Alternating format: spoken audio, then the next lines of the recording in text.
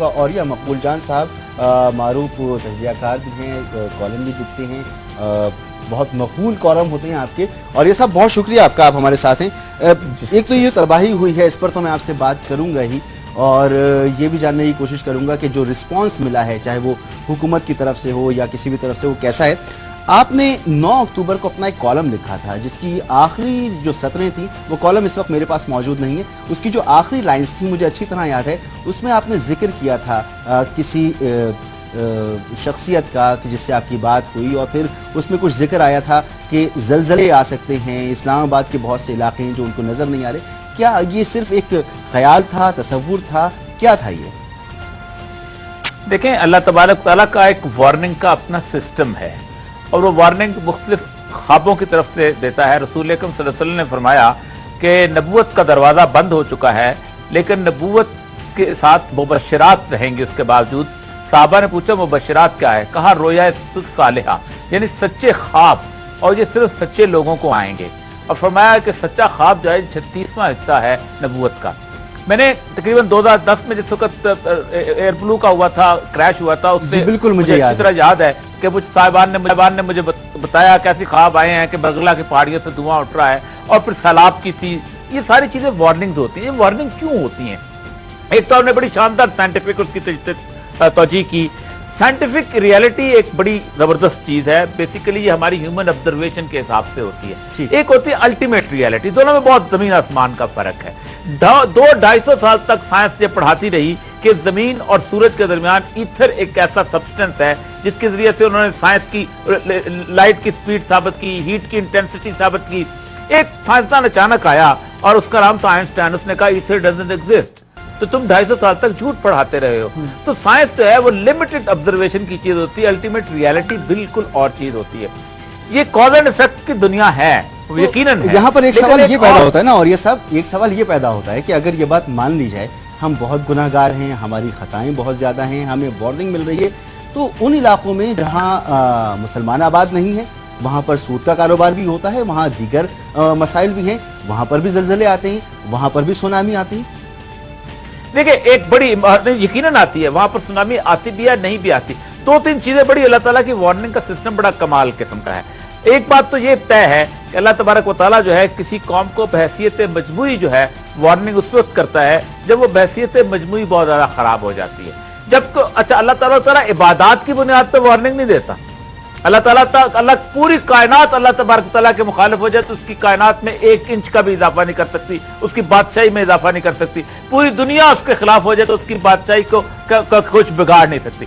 वो बुनियादी तौर पर आपके आमाल, आपकी जिंदगी के मामलात, उसके हिसाब से वो उसको वो देख। और ये सब मेरे साथ ही मौजूद रहे, और आपको आज प्रोग्राम में शामिल करने की बुनियादी वजह, क्योंकि वो एयर ब्लू से पहले जो आपने कॉलम लिखा था, एयर ब्लू हादसे से पहले, वो भी मेरे नज़र में मौजूद था, और ये कॉलम भी मौजूद था, और ये इत्तेफाक है तो बड़ा अजीब इत्तेफाक है। इस पर मैं आपसे बात करूंगा। साथ साथ मैं चाह रहा हूं कि पाकिस्तान, और ये सब आपकी तरफ आऊंगा, और मैं चाहूंगा कि ये बात जरा वाजी हो जाए कि ये है क्या एयर ब्लू वाक़े से पहले आपका आर्टिकल, जिसके बाद एयर ब्लू का आपने एक जिक्र किया था, उसमें मरगला की पहाड़ी से आप धुआं उठते देख रहे हैं। फिर ये 9 अक्टूबर का आपका आर्टिकल जिसमें आपने बताया कि ज़लज़ला आने वाला है।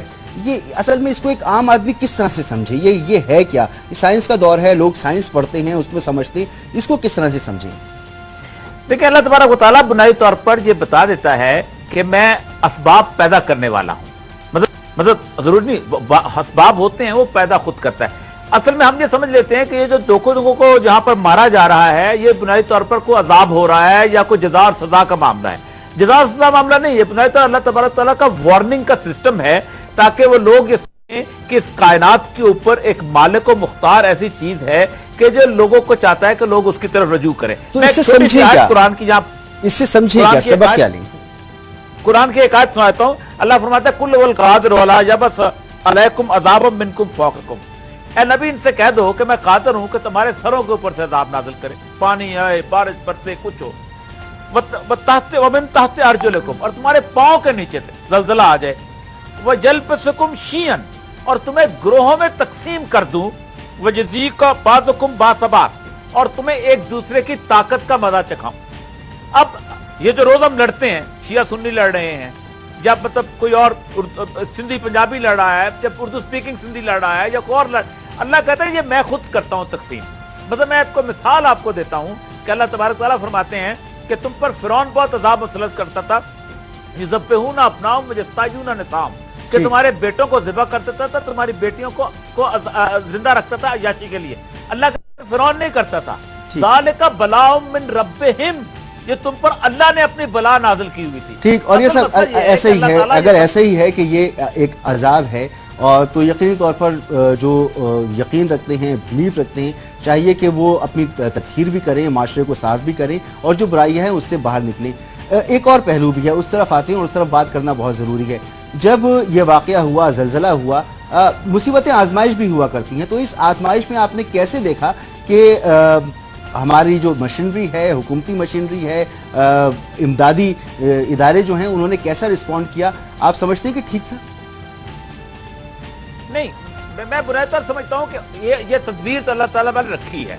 देखो, जिस वक्त कोई मुसीबत में होता है, अगर मैं उसके काम नहीं आता, क्योंकि जल्जले में जो लोग चले गए उनका तो इम्तिहान खत्म हो गया। इम्तिहान मेरा शुरू हुआ कि मैंने कितना उनकी मदद की, मैं उनकी कितनी रेस्क्यू के लिए आया। मेरा इम्तिहान उस दिन से शुरू हो गया। जल्जले के बाद से मेरी मशीनरी कैसी थी, मेरी इक्विपमेंट कैसी थी, मैंने ये तमाम चीजें जो अल्लाह ने मुझे वसाइल दिए तो उनको कैसे मैंने इस्तेमाल किया और कैसे लोगों की जिंदगियां बचाई, कैसे उनको सहारा बना, ये बहुत बड़ी इंपॉर्टेंट चीज होती है। मैंने जो कॉलम में लिखा है उसकी बुनियादी वजह है, अल्लाह ने एक लफ्ज़ हमेशा कहा है, अल्लाकुम यरजून, ताकि तुम मेरी तरफ लौट आओ, मुझसे मदद मांगो, मुझसे नुसरत मांगो ताकि मैं तुम्हें मदद दूं। और जो लोग नुसरत मांगते रहे वैसे हुआ है। और होता यह है, मतलब 1343 में ताउन आया था यूरोप के अंदर, 3/4 यूरोप की आबादी खत्म हो गई थी। यूरोप ने कहा हम ठीक कर लेंगे, उन्होंने एपिडेमिक ठीक कर लिया। एपिडेमिक ठीक हुआ, एनिडेमिक आ गए, वहां पर और बहुत सारी इलनेसेस शुरू हो गई, कहीं एड्स शुरू हो गई, ब्लड प्रेशर शुरू हो गया, उसकी अमवात जो थी अनकाउंटेबल अमवात शुरू हो गई। होता यह है कि इंसान एक बला पर काबू पाता है, दूसरी बला आ जाती है। रुजू अब हमारा इम्तिहान शुरू हो चुका है और यह सब हमारा इम्तिहान शुरू हो चुका है कि हमने इन मुसीबत ज़्यादा लोगों की जो मुतासिर हुए ज़लज़ले में उनकी क्या मदद की और कैसे मदद की, आगे क्या कुछ करना है। हमारे साथ डॉक्टर ज़फ़र कादिर साहब मौजूद हैं, एक्स चेयरमैन एनडीए में। बहुत हुकूमत के लोगों को सामने आना होगा, सिर्फ आगे ये कह देना कि हालात कंट्रोल में हैं, हम अपने वसाइल में रहते हुए चीज़ों को ठीक कर लेंगे। ये अगर आपके पास पूरी इंफॉर्मेशन मौजूद नहीं है, किसी के पास अगर पूरी इंफॉर्मेशन मौजूद नहीं है, तो आप ये दावा करके सिर्फ लोगों को बुझाने की बात कर रहे हैं। और आने वाला जो ख़तरा है, जो हो सकता है, उससे अगर आप नजरें चुराने की कोशिश कर रहे हैं तो ये बिल्कुल दुरुस्त नहीं होगा। उरिया मकबूल जान साहब, एक बार फिर आपके पास तरफ आऊँगा। पूरे पाकिस्तान से दूर उफ्तादा इलाकों से इत्तलात ये हैं कि हमारे पास, हमें पता ही नहीं है कि नुकसान हुआ कितना है, हम वहाँ तक अभी पहुँच ही नहीं पाए हैं। आपका तजुर्बा क्या कहता है कि क्या होगा? पाकिस्तानी कौम तो मदद करने के लिए बेताब है, मगर जहाँ से इंफॉर्मेशन आनी चाहिए, पता होना चाहिए, वहाँ से अभी तक हम लाइल हैं। देखिए, दुनिया पूरी में जहाँ भी डिजास्टर मैनेजमेंट होती है, डिजास्टर मैनेजमेंट हमेशा लोकल लेवल पे होती है। न्यूयॉर्क में जब 9/11 हुआ था तो ये कभी नहीं हुआ था कि वाशिंगटन में कोई बैठा हुआ एक हेडक्वार्टर में सोच रहा होता कि मैं कहाँ से बंदों को भेजना है, इन्फॉर्मेशन आनी है और मैंने डिप्लॉय करनी है। लोकलाइज फोर्स होती हैं, लोकलाइज इलाके के अंदर चीजें बनाई जाती हैं। अंग्रेज ने जिस जमाने के अंदर ये सारे का सारा सिविल डिफेंस का सिस्टम बनाया था, तो उसने डिस्ट्रिक्ट के लेवल के ऊपर, तहसील के लेवल के ऊपर, म्युनिसिपल कमेटी के लेवल के ऊपर बनाया था। आपको याद होगा कि हालांकि छोटे लेवल का फायर ब्रिगेड का सिस्टम उसका होता था, लेकिन था वो लोकलाइज और उसी लोकल अथॉरिटी को रिस्पॉन्ड करता था। पाकिस्तान में हमेशा हम आफात से इसलिए नहीं निबर्दाश्त कर सकते कि हमने मरकज इस्लामाबाद बना लिया हुआ है, और वो मरकज से बैठ के हम कहते हैं सबसे पहले हमारे इस्लाहात पहुंचेंगी, फिर हम इस्लामाबाद को इकट्ठा करेंगे, फिर हम एक रेस्क्यू प्लान बनाएंगे, फिर उस रेस्क्यू प्लान में हम हेलीकॉप्टर पे जाएंगे, फिर उसके बाद हेलीकॉप्टर से मॉनिटरिंग करेंगे, फिर हम ड्रॉप आउट करेंगे। लोकलाइज्ड हमने किसी चीज को बना के उसको एम्पावर करने की कोशिश ही नहीं की। कभी शांगला में बैठा हुआ बंदा जो है उसको पता होना चाहिए कि मैंने अब इस वक्त उठ के करना क्या है, बदलतला हो जाए, मैंने सैलाब आए तो करना क्या है, मैंने बाजौड़ में करना क्या है, मैंने स्कर्दू में करना क्या है। अच्छा, आपकी इस बात को जरा सा आगे बढ़ाते हुए एक और बात आपसे पूछूंगा। 2005 में जितनी बड़ी तबाही हुई और जितने बड़े पैमाने पर हलाकतें हुई, उसके बाद तो हमें सीखना चाहिए था ना। अगर लोकलाइज निज़ाम बनाना था, ग्रास रूट लेवल पर जाना था, तो वहां पर भी करना चाहिए था। इरा भी अपना कुछ काम कर रहा था। हमने सीखा क्या? क्या आपको नजर आता है आज जब हम इस वक्त बैठे हुए हैं, लाइन बैठे हुए, क्या हमने कुछ सीखा? बिल्कुल नहीं, कतअन कुछ नहीं सीखा।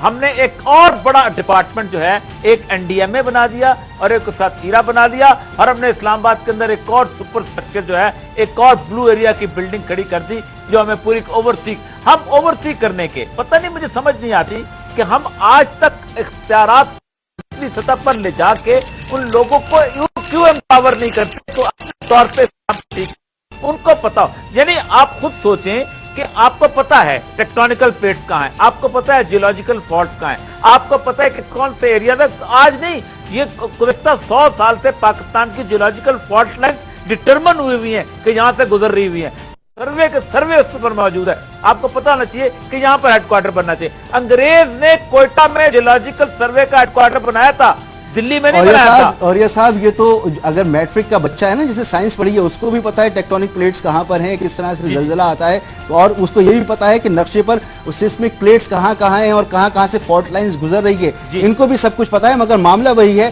कि इख्तियारात की मुंतकली चाहते ही नहीं है, और जब इख्तियारात की मुंतकली भी नहीं चाहते, दूसरी तरफ अपने पास जो इख्तियार है उसको भी एक्सरसाइज करना नहीं चाहते। आपका बहुत शुक्रिया औरिया साहब, आपने अपना कीमती वक्त दिया, और जैसे औरिया साहब कह रहे थे, मुख्तलिफ पहलू हैं, मुख्तलिफ तरह के बिलीव्स हैं, हम बात भी करेंगे, लेकिन इस वक्त मेरे साथ मौजूद है